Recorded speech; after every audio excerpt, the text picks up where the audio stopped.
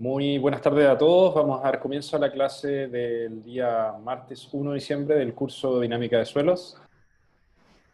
Después de haber repasado la clase anterior y haber terminado de ver los métodos que yo denomino invasivos de caracterización sísmica de sitio, aquellos métodos que permiten estimar perfiles de velocidad de onda de corte con los cuales uno puede eh, encontrar o usarlos como input para poder establecer el beso S30, que es el parámetro que nos interesa para clasificar según la normativa chilena y también según otras normativas internacionales, ¿cierto? En particular en Chile se especifica que se pueden utilizar estas metodologías de estimación de los perfiles de velocidad, métodos invasivos. Y así como existe esa alternativa, también existe la alternativa de los usos de métodos de onda superficial. La norma en particular especifica que se debe contar con un sondaje para poder clasificar sísmicamente un sitio. Por lo tanto, el costo de realizar o no un ensayo de tipo downhole, por ejemplo, estaría hundido de alguna manera. Habría que quizás financiar solamente el método en sí, pero la prospección, que es lo más caro, el sondaje ya estaría cubierto de acuerdo a esa condición, ¿ya? Eh, También se especifica en la norma que se pueden utilizar métodos de ondas superficiales para poder encontrar los perfiles de velocidad. Y lo que vamos a dedicar esta clase, y quizás, depende cómo andemos, parte de la siguiente también, en explicar los conceptos principales que están relacionados con este tipo de metodología. Entonces vamos a pasar, primero que todo, recordarles esto eh, que es bastante genérico, ¿cierto? La distinción entre ondas de cuerpo y ondas superficiales. Ya esto lo vimos en el caso de los métodos invasivos, ya que ellos utilizaban ondas de cuerpo, ¿cierto? Ya sea ondas P y ondas S. La principal diferencia entre ellas es el movimiento de partícula con respecto a la dirección de propagación de la onda. En el caso de la onda compresional, el movimiento de partícula es solidario a la dirección, generando compresiones y extensiones en el medio. Y en el caso de la onda S, el movimiento de partícula es perpendicular a la dirección de propagación. Entonces, de alguna manera, la onda S podemos decir que sale del plano de propagación. En ese sentido pueden haber ondas SB y SH. Si es que uno las ve, digamos, propagándose desde, por ejemplo, en un terremoto, por ejemplo, propagando desde la fuente hacia la superficie, ¿ya? Podría encontrar una componente vertical y una componente horizontal. Y la característica de estas ondas de cuerpo es que se propagan al interior de una masa de la corteza terrestre, al interior del suelo, ¿cierto? A diferencia de las ondas superficiales que se generan al estas mismas ondas encontrarse con superficies libres. Las dos principales tipos de ondas superficiales que se pueden identificar son las ondas de tipo LOF, que ustedes se las pueden imaginar como una onda S en superficie, con un movimiento de partícula como si fuera una onda de corte, pero con un movimiento de partícula perpendicular a la propagación. Y las ondas Rayleigh, que son ondas con una fuerte e importante componente de movimiento vertical. ¿Ya? Las ondas LOF son puramente horizontales, las ondas Rayleigh tienen movimiento vertical. Entonces casi todos los métodos de ondas superficiales, ¿ya? Salvo algunas excepciones, digamos, utilizan ondas Rayleigh. Y para poder usar ondas Rayleigh lo que hacen es utilizar el movimiento vertical casi. Entonces, si ustedes fueran capaces de poner sensores en la superficie, lo que le interesa a esos sensores es captar el movimiento vertical. Una muy buena referencia para poder entenderlo son la aplicación de los métodos de ondas superficiales, métodos geofísicos, y en particular orientados a la determinación del parámetro beso S30, lo pueden encontrar en este documento, cuyos autores son Francisco Mire, Esteban Sáez y Felipe Leighton, ¿ya? Este documento debe haber salido el año 2015, por ahí, ¿sí? Ahí abajito dice la edición del 2015. y fue preparado por ellos a través del Instituto de la Construcción. Sí, ese link debería estar bueno, o sea, si ustedes lo googlean ahí, les debería salir inmediatamente y hace una bastante buena revisión en español de lo que son los métodos de ondas superficiales, así que los invito a descargarlo y tenerlo como consulta en caso de que haya cosas que no queden totalmente claras en esta exposición, que naturalmente, lejos de ser una presentación exhaustiva de todos los métodos, va a ser más bien de índole introductorio y general. Bueno, para comenzar a hablar de ondas superficiales, lo importante es tener claro el concepto y la relación que existe entre la longitud de onda, de un frente de ondas, la velocidad de fase y la frecuencia. ¿Ya? La relación entre ellos está dada por esta ecuación, que describe que la longitud de onda es la velocidad de fase dividido por la frecuencia. Esto es para una onda, ¿no? Uno podría expresar esta ecuación matemática como un lambda de f, ¿cierto? Una longitud de onda que depende de la frecuencia de la onda. Y de hecho también la velocidad de fase uno la podría hacer función de la frecuencia. Entonces, en realidad todos los términos que no son la frecuencia son función de la frecuencia. Y lo que uno tiene que tener bien claro acá es que cuando uno habla de longitud de onda, de alguna manera siempre se está refiriendo al inverso de la frecuencia, o más bien, longitud de onda es proporcional al periodo. El periodo, recuerden que es el inverso de la frecuencia. ¿Ya? Entonces, esta expresión ténganla ahí anotada porque seguramente la van a utilizar mucho. El concepto que está detrás se utiliza mucho cuando se está interpretando los métodos de onda superficial. Ya, entonces, lo que aparece en la figura de arriba son frentes de ondas que se generan producto de una fuente sísmica, que en este caso es un martillo, que ustedes ven ahí que está golpeando en la vertical precisamente. Aquí se genera un frente de ondas que ustedes ven ahí que son muy pequeñitas y ondas que son más grandes, ¿no? Esquemáticamente. Esas ondas principalmente yo las podría reconocer como ondas de tipo Rayleigh, ¿cierto? Porque tienen una componente vertical muy importante. La horizontal ahí casi que no se distingue porque es un plano, ¿no? Es difícil ver ondas Love en ese plano, pues serían ondas que entran y salen de la lámina. Y lo interesante de este diagrama, y no es azaroso, es que todas las ondas que son muy pequeñitas, o sea, aquellas que tienen una longitud de onda corta, fíjense que se propagan principalmente por la superficie del terreno. Si miramos la parte más superficial, aparece una onda de longitud de onda corta, de amplitud bastante importante. Si miro a la capa siguiente en profundidad, ya la amplitud empieza a decrecer, hasta que al final si llego en el suelo hasta qué sé yo, no sé si ven voy a hacer una marquita. Si esto fuera H, el espesor del estrato, cuando llega a una profundidad de H o cercana a H, esa amplitud de la onda de longitud de onda corta ya casi que no existe, ¿ya? No sé si se dan cuenta de eso. Entonces, ¿qué es lo que quiere decir esto? Esquemáticamente lo que nos muestra este dibujo es que las ondas de longitud de onda corta se propagan principalmente por la superficie. Si yo miro más en profundidad, esa fuente sísmica que generó el frente de onda no es capaz de hacer propagar ondas de esa longitud de onda tan profundo. Esas ondas simplemente no son capaces de llegar hasta abajo en el estrato, se propagan solo por la superficie. Si me voy un poco más al lado, ahora veo ondas que son de longitud de onda más grande.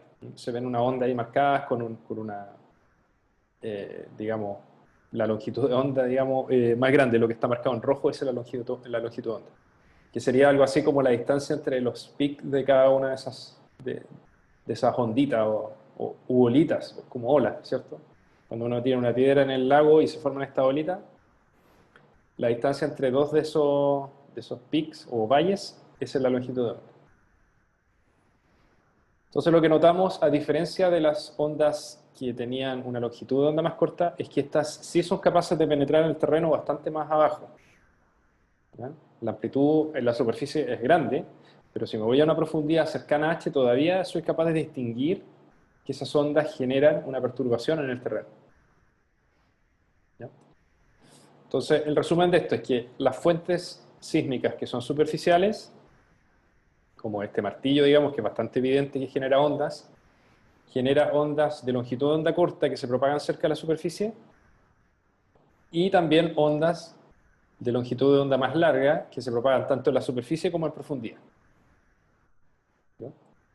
Esto que les acabo de mencionar está sintetizado de alguna manera en el gráfico de al lado que dice ondas Rayleigh, donde en el eje vertical está la profundidad Z y en el eje X está graficada la amplitud de la onda en sus componentes vertical y horizontal. ¿Ya? Ahí me parece que la componente vertical debiera ser W y la horizontal debería ser U. ¿Ya? Y esa distribución de amplitud de movimiento, tanto W como U, son para una cierta frecuencia. ¿Ya? Esa probablemente sea una frecuencia, o más bien, una longitud de onda larga. ¿Ya? Hablemos de longitudes de onda. Si fuera una longitud de onda corta, probablemente la atenuación en profundidad del movimiento, tanto horizontal como vertical, sería mucho más rápido.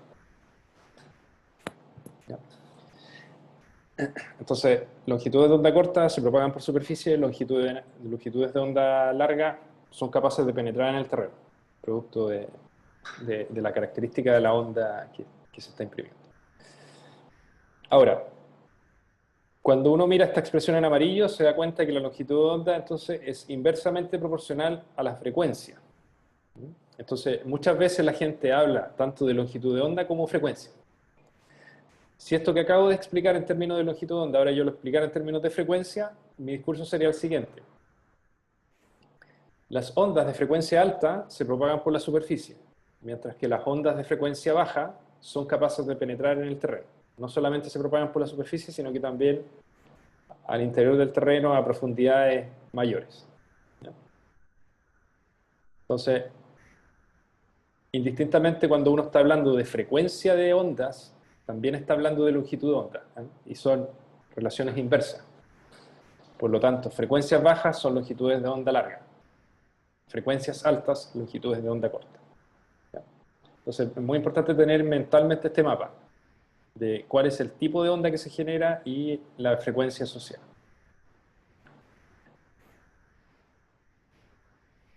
Existe un tercer término en esta expresión, que es la velocidad de fase. La velocidad de fase es la relación entre cuánto demora una onda en propagarse a través de un medio, ¿cierto? Eh, la velocidad de fase de la onda, ¿ya? Que es distinta a la velocidad de grupo.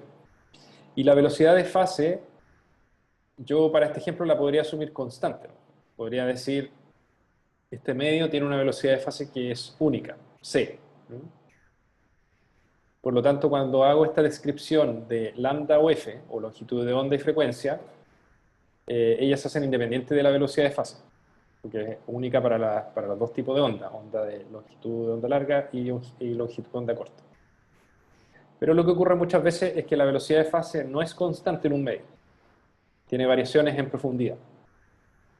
En el caso más típico, los suelos generalmente tienen velocidades de fase que son más bajas en superficie y tienden a crecer en profundidad, muchas veces por efecto de confinamiento.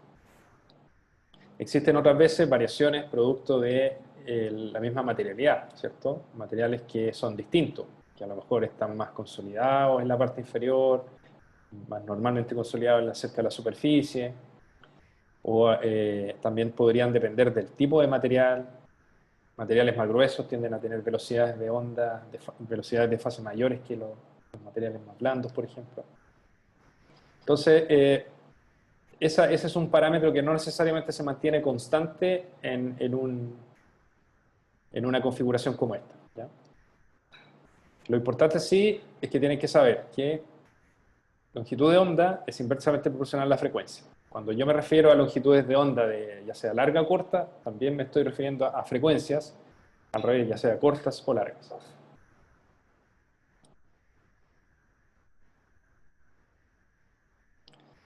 Lo que aparece en esta lámina simplemente es lo mismo que está en la lámina anterior, representa el movimiento de una onda Rayleigh, tanto en su componente vertical como horizontal. Eh, la, la figura de izquierda superior muestra cómo sería el movimiento de una partícula que se ve sometida al paso de una onda Rayleigh, ¿ya? Donde el punto, digamos, estoy monitoreando distintos puntos a lo largo de la superficie. Entonces, lo que representa eso es que hay un movimiento de tipo elíptico en la superficie. Cuando se combinan todos los puntos, uno ve como una especie de bolita, una ola, ¿cierto? Que tiene una cierta longitud de onda. Y ese mismo movimiento, si uno lo empieza a monitorear en profundidad, va viendo que se va haciendo cada vez más pequeño. Tiene una cierta elipticidad el movimiento. Elipticidad es la razón entre cuánto se mueve la vertical y la horizontal. Pero si yo me voy yendo más profundo, cada vez la amplitud de ese movimiento es cada vez menor. Se va atenuando y eventualmente a alguna profundidad ya la onda no va a tener ningún efecto.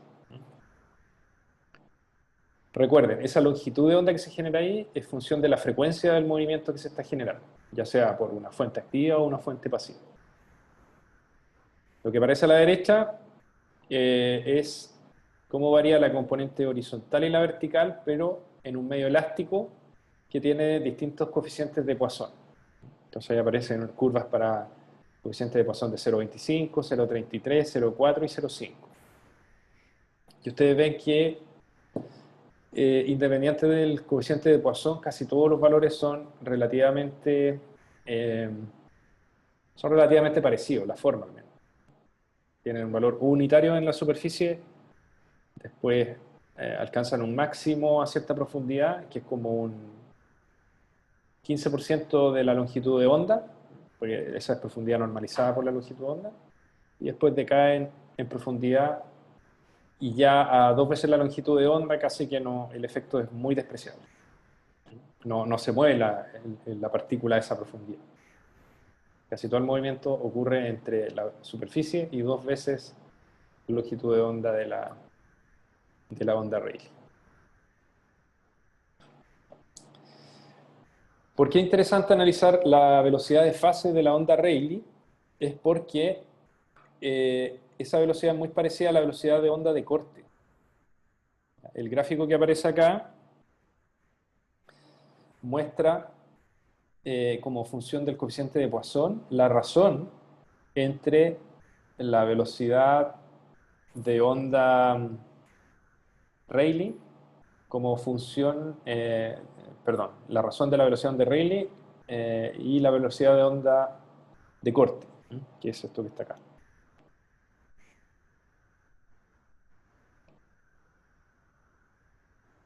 ¿Ya? Eh, entonces, si esta es la onda Rayleigh y esta es la onda S, fíjense que el valor de ellas es bastante similar. O sea, la razón entre ambas está en torno a 1. Esto quiere decir que si yo soy capaz de medir la velocidad de onda Rayleigh con algún método, y en particular con los métodos de ondas superficiales, puedo fácilmente transformar ello en una velocidad de onda de corte. Eh, en, en este gráfico también aparece la relación entre la onda S y la onda P. Esto lo voy a anotar en verde. ¿Ya? Entonces lo que me dice eso es, eh, como función del coeficiente de Poisson, cómo es la velocidad de onda compresional en relación a la onda S. Entonces aquí, cuando el coeficiente de Poisson es 0, esto es en torno a 1,4 y tanto, ¿cierto? Después crece este valor, en algún minuto se hace por ahí más o menos, no sé, 0,3, 0, 0,32, 0,33 por ahí. La onda compresional es 2 veces la velocidad de onda de corte y de ahí aumenta rápidamente. La expresión que define esta relación es la que está acá. Y esto simplemente para ejemplificar que la razón entre la velocidad de onda P y la velocidad de la onda S depende fuertemente del coeficiente de Poisson. Entonces, ellas no siguen la misma relación que la onda de fase de la onda Rayleigh con la onda S. Ellas son muy parecidas. En cambio, la onda P, nada que ver. Por lo mismo, es que se recomienda que uno no estime velocidades de onda de corte a partir de velocidades de onda P. Coeficientes de Poisson del orden de 0,5 siempre están asociadas a suelos que podrían estar en estado saturado. ¿Ya? Entonces, por eso que la onda compresional aumenta tanto cuando se acerca a un coeficiente de Poisson de 0,5, porque ahora la propagación de esa onda está más bien controlada por una condición no drenada, digamos, donde podría haber agua, y ahí el agua generalmente controla esa velocidad. En el caso elástico, digamos, también se tiene algo parecido. Propagación a través de un medio que es incompresible.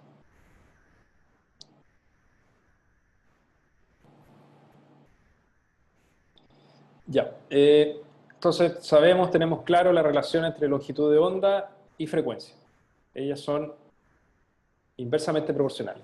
Longitud de onda larga, frecuencia baja y viceversa. Lo que les voy a explicar a continuación es el concepto de curva de dispersión.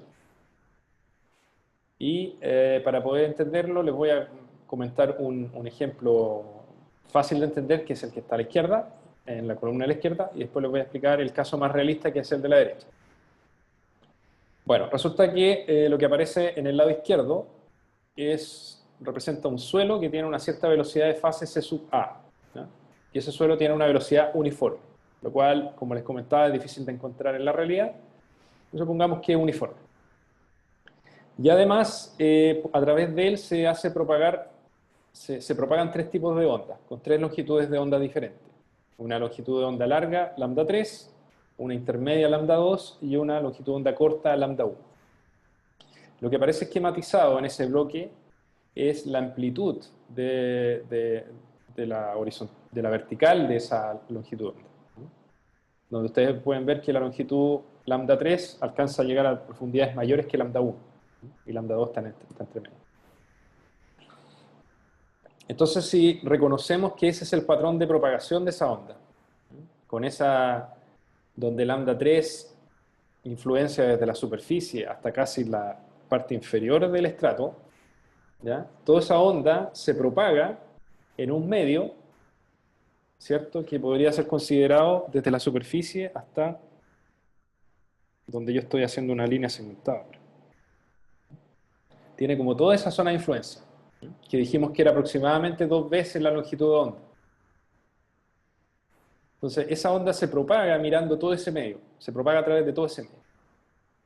Ese medio tiene velocidad C sub A, velocidad de fase C sub A. Por lo tanto, esa onda se va a propagar a esa velocidad, ¿ya? C sub A. Entonces, lo que yo podría inferir es que la onda que tiene una longitud de onda lambda 3 se propaga a una velocidad C sub A. Ahora, si miro a la segunda onda, que tiene una longitud de onda más corta, lambda 2, esa onda no llega tan abajo, llega hasta como a la mitad de la otra. Va a llegar hasta la profundidad que estoy ahora dibujando en línea segmentada. Se propaga en un estrato que es más superficial. Pero resulta que ese estrato más superficial tiene la misma velocidad de fase porque el medio es uniforme, ¿cierto? Entonces esa onda también se propaga a la misma velocidad, ¿ya? Lambda 2 entonces, o la onda que tiene esa longitud de onda, se propaga a una velocidad C sub A porque el medio es uniforme. Por último, si hacemos el mismo ejercicio con la onda de longitud de onda más corta, que apenas es capaz de propagarse por la superficie, ¿cierto? esa simplemente va a viajar por una zona que es aún más acotada, que ya ahí dibujé con líneas segmentadas, súper cerca de la superficie.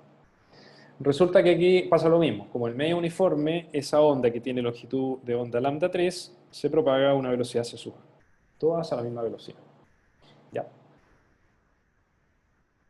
Bueno, ahora nosotros sabemos que existe una relación entre la longitud de onda y la frecuencia. Para el caso de la primera onda, yo sé que la frecuencia 3 le voy a llamar, es la velocidad de fase a la cual se propaga la onda, que en este caso es c sub a, dividido por la longitud de onda, que en este caso es lambda 3. ¿Ya? Yo podría hacer lo mismo con los otros casos. Podría transformar longitud de onda en frecuencia, si conozco la velocidad de fase. Podría decir que la frecuencia 2 es también la velocidad de fase A dividido por la longitud de onda 2 y F1, me equivoqué acá, no era lambda 3, y F1 es la velocidad de fase dividido por lambda 1. Entonces hice una pequeña transformación. Sabiendo la relación que existe entre longitud de onda y frecuencia, he dejado todo en función de la frecuencia. Bueno, si yo quisiera ahora establecer la relación entre la frecuencia de propagación de la onda y la velocidad de fase, yo obtendría un gráfico como el que está ahí abajo, en la primera columna. Obtendría prácticamente una recta horizontal.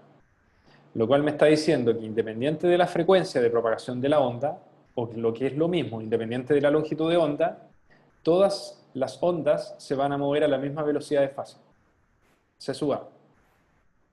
¿Por qué? Porque el medio es uniforme. ¿Ya? Entonces lo que está acá, que lo voy a resaltar en rojo,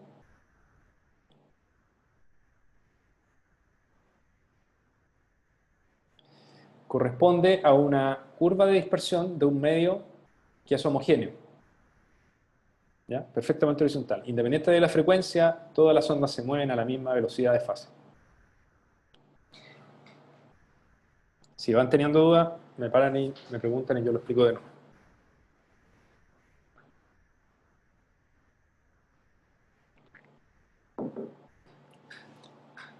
Ahora si miramos a la columna de al lado, lo que ocurre acá es levemente distinto y esto es más parecido a la realidad, en la cual tenemos un estrato de suelo compuesto por dos capas, una capa superficial que tiene una velocidad de fase c sub a y una capa más profunda que tiene una velocidad c sub b. Lo que no está aquí explícito es que la velocidad de fase de la capa más baja, de más abajo, es mayor que la velocidad de fase de la capa más arriba. Entonces, esta velocidad en realidad C sub B es mayor que C sub A.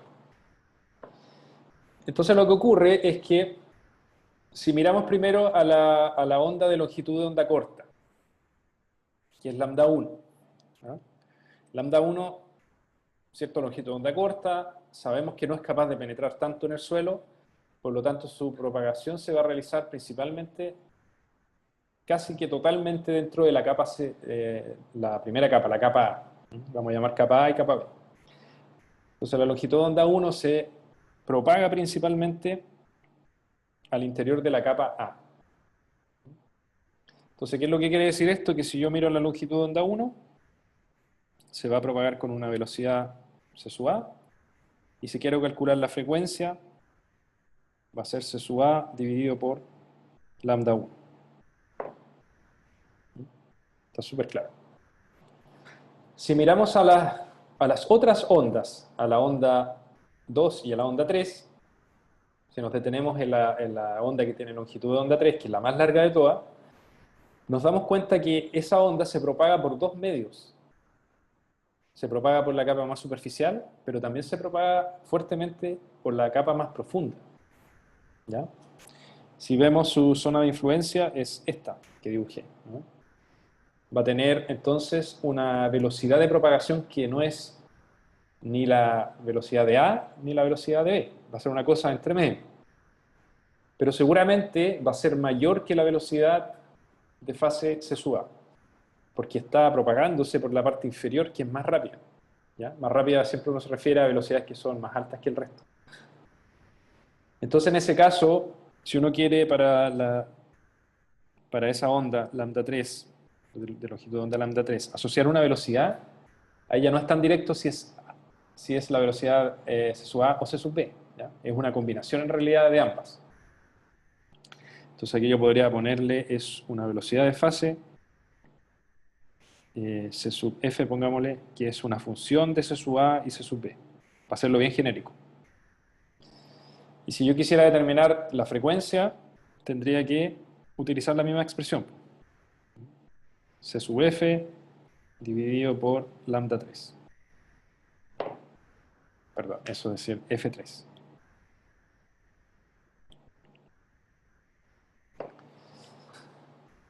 No es tan claro. No es tan claro si esta asociada es C sub B o C sub A, la velocidad a la cual se mueve la onda completa.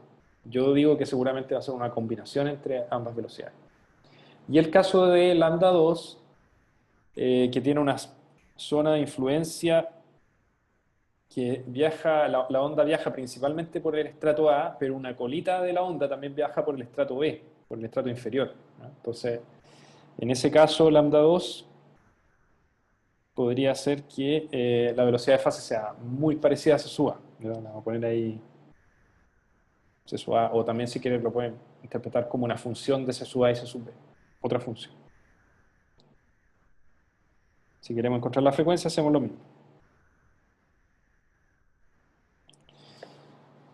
Entonces, si yo fuera capaz de determinar para cada una de esas ondas cuál es la frecuencia asociada, dijimos que para la velocidad, para la onda 1, esta era la frecuencia, F1, este era F2 y este era F3.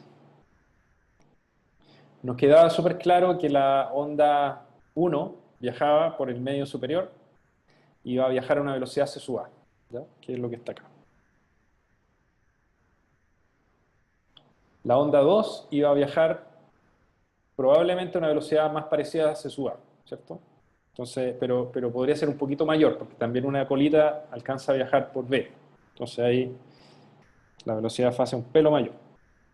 Y el caso de la onda 3 viaja a una velocidad que probablemente es más parecida a C sub B. No es exactamente igual, es parecida, porque también tiene una fuerte influencia de la capa superficial, ¿sí?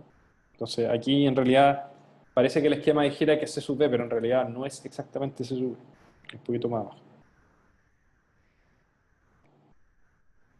Entonces lo que ocurre acá es que voy a tener 3 puntos que van a estar dados por cómo varíe el perfil de velocidades.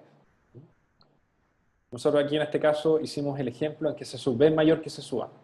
Y cuando uno hace eso, lo que obtiene es una curva de dispersión que a medida que la frecuencia aumenta, la velocidad de fase va disminuyendo. ¿Ya? Ese tipo de comportamiento se conoce como, o más bien ese tipo de medio que tiene esa característica de velocidades que van aumentando en profundidad, se conoce como un medio normalmente dispersivo. Y la curva de dispersión que se obtiene es lo que yo voy a subrayar con rojo ahora. No quedó muy parecido. Si lo comparamos con el medio homogéneo es una curva perfectamente horizontal, independiente de la frecuencia, se tiene siempre la misma velocidad de fase. En el caso del medio normalmente dispersivo, ocurre que la velocidad más alta ocurre a baja frecuencia y pues la velocidad de fase va a disminuir. ¿Ya? Eso que está ahí dibujado es un esquema que corresponde al modo fundamental de propagación de la onda recta, ¿ya? Si uno quisiera, si a veces hay configuraciones de capas, perdón, que son levemente distintas a la de un medio normalmente dispersivo, a veces pueden aparecer otros modos de vibrar, ¿ya? Y las curvas de dispersión ahí tienen forma un poco más extraña. Pero un medio normalmente dispersivo generalmente tiene más energía en su modo fundamental y ese modo fundamental se caracteriza por una curva de dispersión de ese tipo, que tiene su valor máximo a una frecuencia baja y va disminuyendo en velocidad de fase hasta una frecuencia más alta. ¿Ya? Entonces, hasta el momento hemos visto dos conceptos: la relación entre longitud de onda y frecuencia, y además de dónde sale el concepto de curva de dispersión.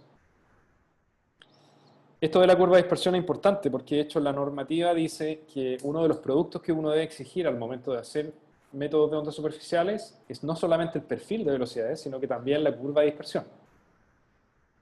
Es tanto así que con la experiencia que uno va teniendo a medida de ver ensayos de este tipo, uno casi que es capaz de adivinar qué perfil podría tener dada la curva de dispersión. ¿Ya? O sea, en el fondo, uno se salta el proceso de inversión. ¿Ya? No digo que uno lo haga siempre, simplemente ya está entrenado de alguna manera para ver los patrones de las curvas de dispersión. Si la curva de dispersión es así, yo espero que el perfil tenga estas o estas otras características. Por ejemplo, si a mí me dieran esta curva de dispersión, lo primero que yo miraría sería, no sé, la frecuencia más alta, que en este caso es F1. Esa frecuencia F1 tiene una cierta velocidad de fase, que es C sub A. ¿Ya? Entonces la velocidad de fase, inmediatamente lo que yo pienso es que el estrato más superficial debiera tener una velocidad de fase C sub A. Como además vimos que la velocidad de fase es muy parecida a la velocidad de onda de corte, entonces yo además puedo inferir que la velocidad de onda de corte de la primera capa es muy parecido a C sub A. ¿Ya? Profesor, ¿Qué tanto espesor pueda tener? No lo sé, pero sí que probablemente el perfil que me tengan que entregar va a tener que respetar esa característica. Nicolás, sí, tenías una pregunta. Bueno, profesor, tengo una consulta. No me quedó claro en sí el concepto de C. Entendí que antes dijo que la velocidad de onda de corte se parece a la velocidad de onda Rayleigh, pero C es igual entonces a B sub R. claro, exactamente. La velocidad de Ah, ya. fase de onda superficial, onda Rayleigh, se denomina, se puede denominar V sub R. A veces se denomina simplemente V, ¿ya? Velocidad de fase lo pueden encontrar como V, V sub R, C, C sub R, ¿ya? Los sismólogos, por ejemplo, utilizan para velocidad de fase la C. Los ingenieros utilizan más V, digamos. ¿Ya? Eh, Siempre que entregan una curva de dispersión, siempre son velocidades de fase, independiente del nombre que tenga. Por eso dice velocidad de fase explícita. Y de ahí lo que uno quiere pasar o inferir de alguna manera es velocidades de onda de corte. ¿Ya? Aprovechándose de este tema de que las velocidades de fase de una onda de Rayleigh son parecidas a la velocidad de onda de corte. Por eso digo que si uno encuentra en una curva de dispersión que la longitud de onda más pequeña o la frecuencia más alta tiene una cierta velocidad de fase, uno la puede asociar, no digamos en el papel, digamos, ni en un informe, pero sí tener una idea de que probablemente la velocidad de la capa más superficial va a estar muy cerca de ese valor. ¿Ya? Eh, Después hay otras características que uno ve, por ejemplo, qué tanta curvatura tiene la curva de dispersión. ¿Ya? Si tiene una curvatura marcada, como en este caso, que va constante, pues crece así rápidamente, uno generalmente piensa que el perfil está asociado a un estrato que tiene un contraste fuerte de impedancia en alguna parte, que pasa de un suelo más o menos, o digamos, de cierta velocidad a un suelo que está más profundo que tiene más velocidad.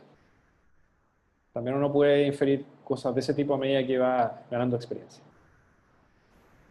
Otro aspecto que también se puede identificar de este tipo de análisis es establecer la longitud de onda máxima. Porque aquí, por ejemplo, nosotros hicimos el ejercicio directo, que es, nosotros sabíamos la onda, la longitud de onda, y tratábamos de inferir con qué velocidad se movía la onda. Cuando uno hace este tipo de análisis, lo que mide en realidad es la curva de dispersión en términos de velocidad de fase y frecuencia. Y lo que uno infiere es la longitud de onda, con esta misma expresión. La longitud de onda es la velocidad de fase dividido por frecuencia. Entonces, si uno se fija en el punto de menor frecuencia, que en este caso es F3, la curva de dispersión predice que la velocidad de fase de esa frecuencia, F3, es C sub B. Aquí supongamos que son las mismas, digamos, aunque no son. Nuestro análisis vimos que es levemente inferior, pero supongamos que es C sub B. Si yo divido C sub B en F3, eso me va a dar una longitud de onda. Entonces, lo que yo infiero es que la profundidad a la cual estoy prospectando es más o menos, la profundidad máxima a la que estoy prospectando es más o menos esa longitud de onda. Aunque en realidad es mucho más que eso, podría ser 1,8 o 2 veces, pero al menos esa profundidad. ¿Ya? Entonces de esa manera uno puede empezar a encontrar información simplemente de la curva de dispersión sin necesidad o algunas veces encuentra perfiles de velocidad que están informados por esta información o por estos detalles que uno va viendo en las curvas de dispersión. Así que por eso mismo son súper importantes de empezar a entenderlas si uno quiere dedicarse a estas cosas.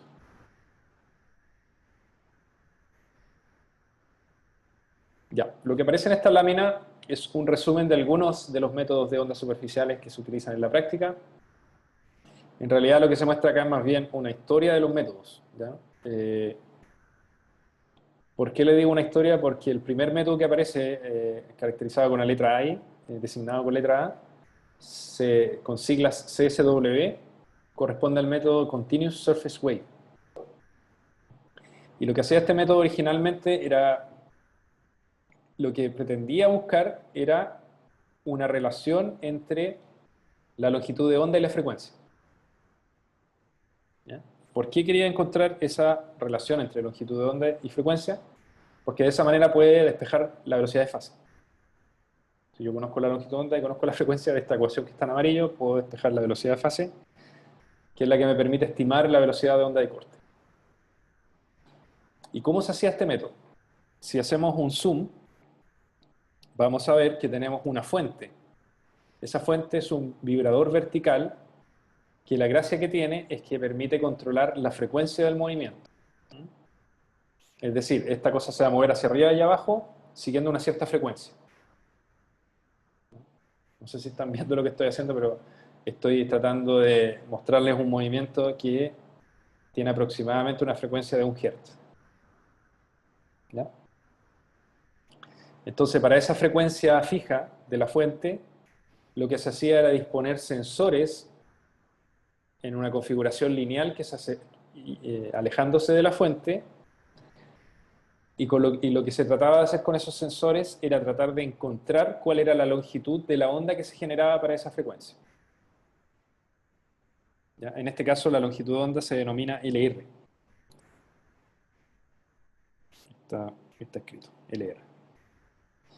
Entonces, si yo conozco la frecuencia, ¿cierto? Que es 2pi por f. Si conozco la longitud de onda, que en este caso se denomina LR, yo puedo calcular la velocidad de fase como eh, como, a ver, si aquí arriba, no alcanza. Puedo escribir la velocidad de fase como LR por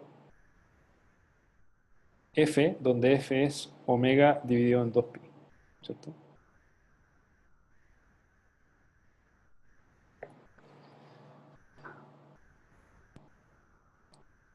Entonces, ¿qué es lo que hago con esto? Es, para cada frecuencia que yo pueda generar con esta fuente, encuentro una velocidad de fase.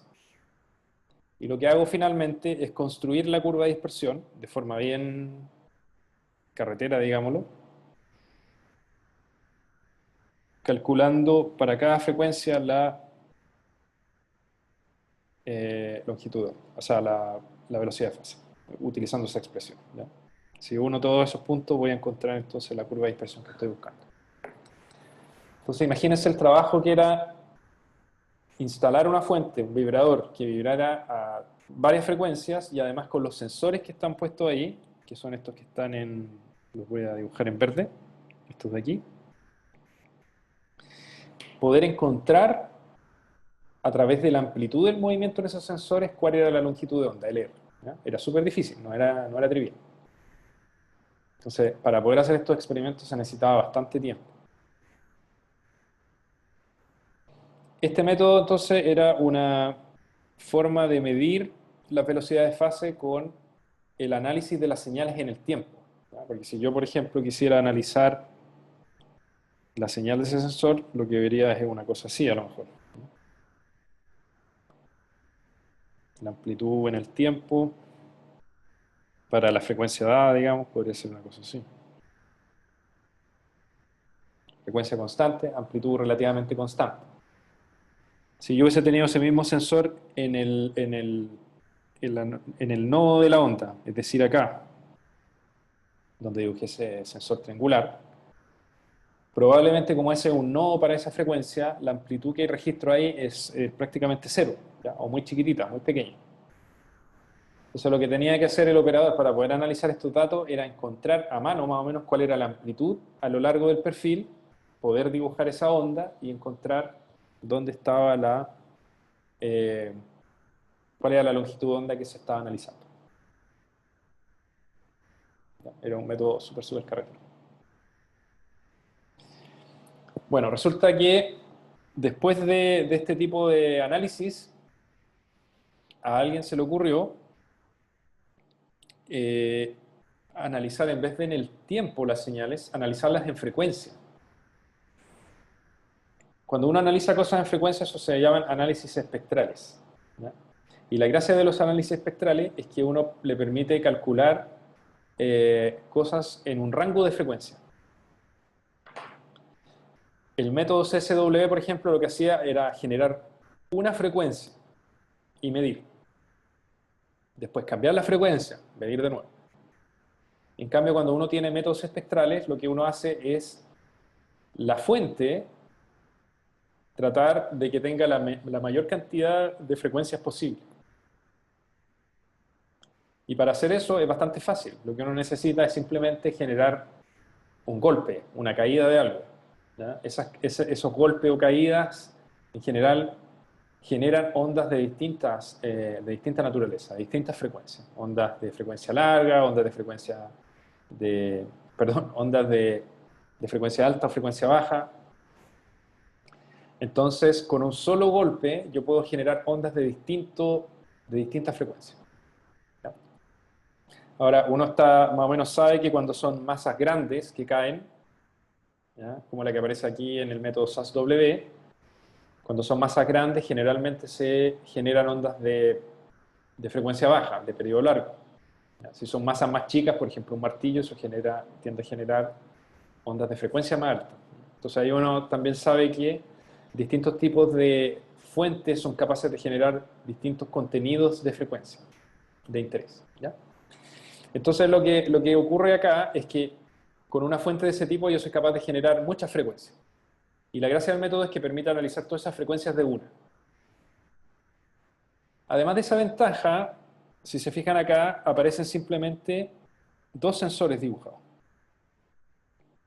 Y esos sensores están ubicados a una distancia S entre sí. Entonces, yo dejo caer la fuente, genera ondas de todo tipo de frecuencia, y necesito básicamente dos sensores para poder registrar esas ondas. A diferencia del método anterior, que necesitaba muchos sensores para poder dibujar esta curva, ¿no? Esta curva que voy a dibujar en naranjo, voy a resaltar en naranjo.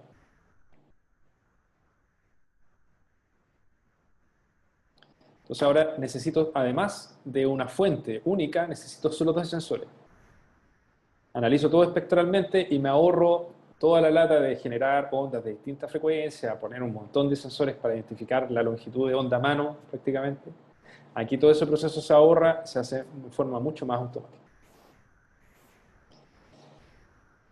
Ahora, el tema con este método SAS-W, que significa Spectral Analysis of Surface Waves, es que de todas maneras, dependiendo del espaciamiento entre los sensores, hay ondas que yo puedo medir que pasan por por el sensor 1 y por el sensor 2, ¿ya?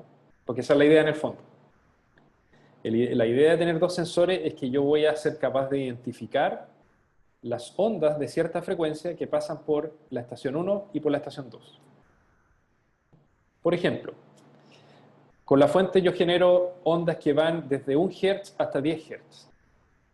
¿no? De todo, con mayor o menor amplitud, eso no importa. Probablemente van a haber algunas que tienen más energía que otras, eso es natural, pero supongamos que tienen frecuencia entre 1 y 10 Hz. Imaginémonos que yo me quiero concentrar en la frecuencia de 5 Hz. Entonces lo que hace el método, en forma, digamos, conceptual, no les voy a explicar todavía la parte matemática, es que esa frecuencia de 5 Hz, el método la aísla las ondas de 5 Hz.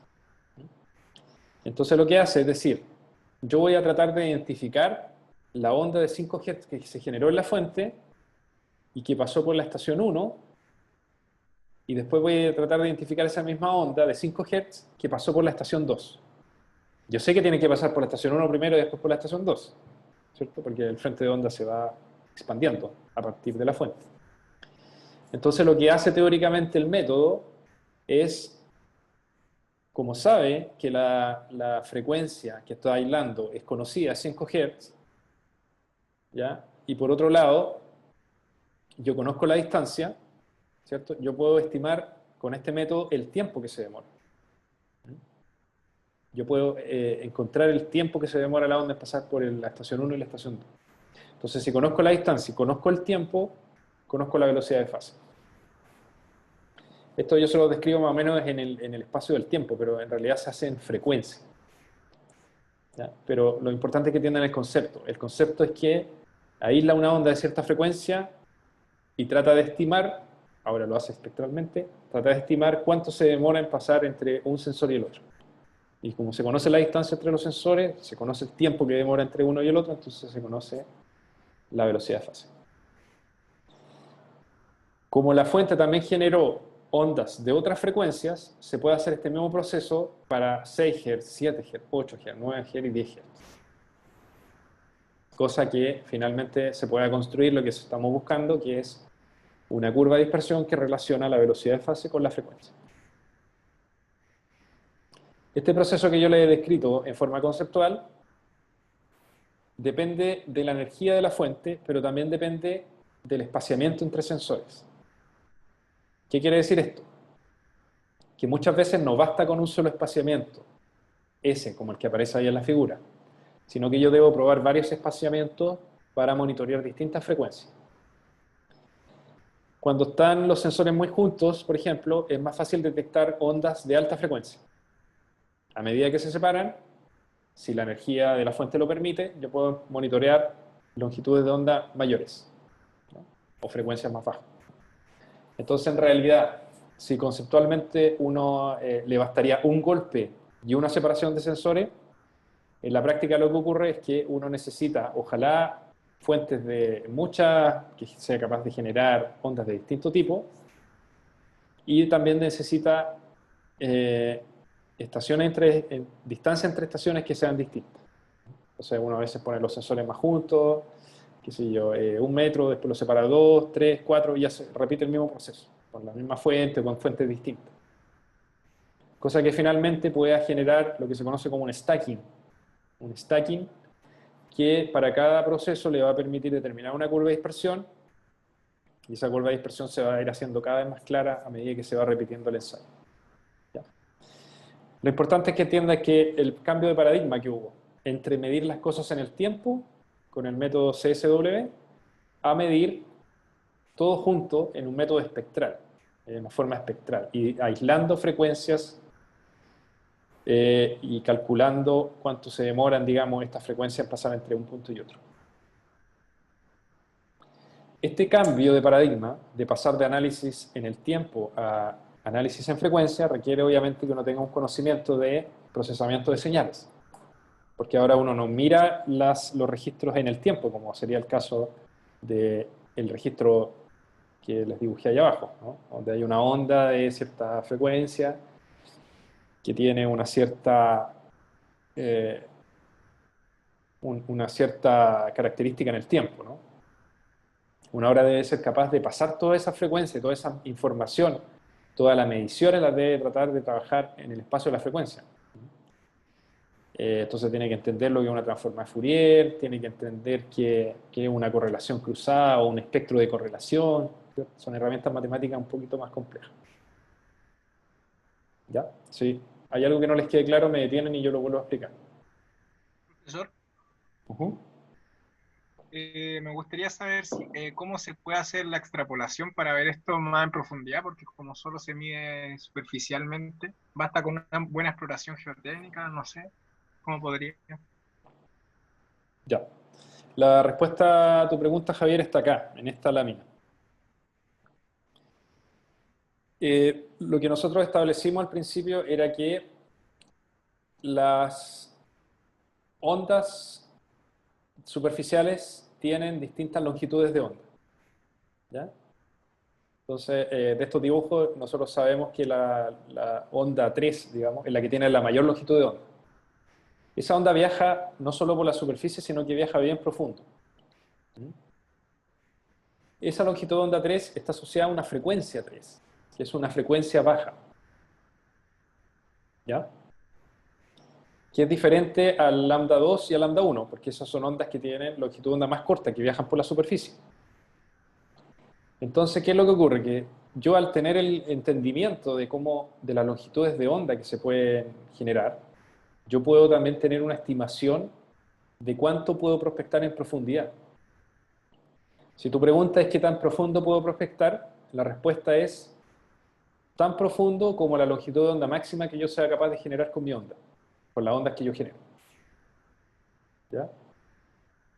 Repito, tan profundo como la máxima longitud de onda que yo pueda generar con mi fuente, con la fuente, ya sea activa o pasiva. Que es lo mismo que frecuencia, ¿cierto? Recuerda tú que longitud de onda es inversamente proporcional a la frecuencia. Entonces, longitud de onda larga quiere decir frecuencia baja. Si yo soy capaz de generar ondas de alta energía, pero que tengan frecuencias bajas, yo voy a ser capaz de hacer que ondas de tipo Rayleigh, ondas superficiales, se propaguen bien profundo y sean capaces de monitorear las ondas que van, los suelos que están más profundos. ¿Ya? Entonces, a pesar de que yo pueda medir en superficie, esa medición en superficie representa una onda que está viajando en el interior del medio. Entonces, si mido en superficie, por ejemplo, la onda 3, que tiene una tremenda longitud de onda, la información que trae ese registro va a ser no solamente de la parte superficial, sino que de toda la parte profunda. Porque esa onda se está moviendo más lento porque va viajando en un medio profundo que tiene más velocidad. Entonces, de ahí viene la potencia de estos métodos. Estos métodos entienden que las ondas superficiales no son todas iguales.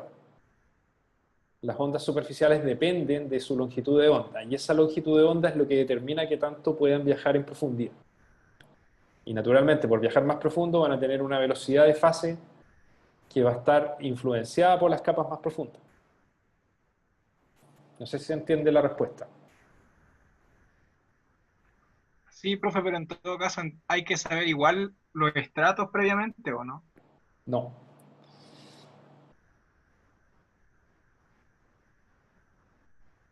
A ver, el resultado de la medición, cuando yo les explico estos métodos, tanto el CSW como el SAS-W, el resultado de implementar estos métodos es una curva de dispersión. O sea, yo voy a encontrar una función, o una curva más bien, que relaciona la frecuencia con la velocidad de fase. Entonces, supongamos que los medios son parecidos, voy a obtener curvas de dispersión que son parecidas, tanto la del método SCW como SAS-W. Una curva de dispersión, o sea, una relación entre frecuencia y velocidad de fase. Eso es lo que yo mido. ¿Ya? ¿Por qué? Porque en el fondo lo que hago, ya sea en el tiempo o espectralmente, es aislar una frecuencia y tratar de estimar cuánto se demora, ya sea en el caso espectral, digamos, cuánto se demora una onda de esa frecuencia en pasar entre dos sensores, o en el caso del método CSW, cuál es la longitud de onda. ¿Cierto? Entonces, si conozco la longitud de onda, conozco la frecuencia, puedo estimar la velocidad de fase. ¿Ya? En cualquiera de los dos métodos siempre voy a tener una relación entre frecuencia y velocidad de fase. Eso es la curva de dispersión. Esa es la información que yo mido con estos métodos. Esa es la información, entre comillas, dura que tengo. ¿Ya? Entonces la pregunta es, ¿puedo conocer la estratificación del suelo profundo conociendo la curva de dispersión? Y la respuesta es sí, pero tengo que pasar por otro proceso. Ese proceso se conoce como proceso de inversión. El proceso de inversión lo que me permite es, a partir de la curva de dispersión, poder encontrar un perfil de velocidades de onda de corte, ojalá. ¿Ya? No solo de velocidad de fase, sino que de velocidades de onda de corte. ¿Ya? Ese perfil de velocidades de onda de corte, que yo lo voy a dibujar esquemáticamente así, la gracia que tiene es que tiene una curva de dispersión teórica que es muy parecida a la que yo medí en terreno. Entonces, este proceso de inversión que yo te mencionaba, lo que hace es tratar de forma racional de encontrar el mejor perfil de velocidades de onda de corte cuyo perfil teórico se acerque lo más posible al perfil que yo medí en terreno. Imagínate que yo, por ejemplo, fuera capaz de calcular la curva de dispersión teórica del perfil que dibujé de velocidad de onda de corte. ¿Ya? Y ese a lo mejor lo dibujo en rojo al lado del azul, que era el medido en terreno. Imagínate que el teórico es así, mientras que el medido es el que está en azul. Yo podría decir, mira, ¿sabes qué? Yo estoy conforme con el perfil teórico que encontré, por lo tanto, ese perfil de velocidad me sirve para interpretar los datos de terreno. O podría decir al contrario, ¿sabes qué? No me convence ese perfil. Voy a seguir en el proceso de inversión hasta encontrar una curva de dispersión teórica que ajuste mejor lo que yo medí en terreno. Entonces, en realidad no me sirve ese perfil de velocidad, lo voy a cambiar. A través de una cierta metodología que lo vamos a ver más adelante, voy a definir otro perfil que se ajuste mejor a los datos. Entonces, en realidad lo que yo estoy describiendo acá es el proceso de cómo los métodos históricamente se han desarrollado de tal manera para poder encontrar la curva de dispersión. El proceso de inversión es otro cuento, es otra etapa del proceso. Pero lo que sí nos lleva a ese proceso es a encontrar el perfil de velocidades que es el que yo utilizo finalmente como herramienta de ingeniería. ¿Ya? ¿Qué es lo que ocurre? Que muchas veces a uno le interesa solamente el perfil y se olvida un poco de cómo se obtiene. Para poder obtener un perfil de velocidades de ese tipo, lo que yo necesito es obtener una buena curva de dispersión. Y además necesito conocer el método racional a través del cual se obtiene de esta curva medida una curva teórica, ¿ya? O el perfil de velocidades mismo. Entonces no solamente yo me tengo que preocupar del perfil, sino que también me tengo que ocupar de la medición. Y eso es lo que dice la norma, de hecho. Dice, cuando usted encuentre perfiles de velocidad de onda de corte, también tiene que reportar la curva de dispersión, porque es la curva de dispersión la que yo mido en el terreno. Y es la que tiene la información que me permite después asociarle un perfil de velocidad. Entonces, en realidad son procesos secuenciales que no están disociados. Están súper integrados entre sí. Entonces lo que estamos viendo hasta ahora son estos conceptos que nos permiten pasar desde longitud de onda, entender la relación con la frecuencia, con la velocidad de fase, que eso se puede sintetizar en una curva de dispersión y que cuando yo aplico métodos de ondas superficiales, en el fondo yo desconozco el medio. Esa es la pregunta, o sea, ¿qué es lo que hay abajo? Y lo que yo tengo como herramienta es medir a partir de mediciones en superficie, de sensores en superficie, una curva de dispersión que me permite inferir un perfil de velocidad. ¿Ya? Entonces, esa en el fondo es la lógica de este tipo de método. Es conocer la curva de dispersión y después obtener un perfil de velocidad. ¿Se entiende mejor o no? Sí, ahí sí, gracias. Ya, de nada. Bueno, yo creo que con esto ya podemos dejar la clase de hoy. La clase del día jueves voy a retomar aquí con el método más W en su modalidad activa y pasiva. Les voy a explicar también algunos otros métodos conceptualmente, digamos. Y les voy a mostrar algunas ecuaciones como para que tengan una noción del procesamiento que hay detrás de estos datos. Entendiendo siempre que esto es un proceso por etapas. Se determina la curva de dispersión, con un proceso de inversión se obtiene el perfil de velocidad. Esto no es un proceso único, por lo tanto pueden haber muchos perfiles de velocidad que tienen la misma curva de dispersión. Así que también ahí entra mucho la experiencia del que procesa los datos para poder interpretar apropiadamente los resultados.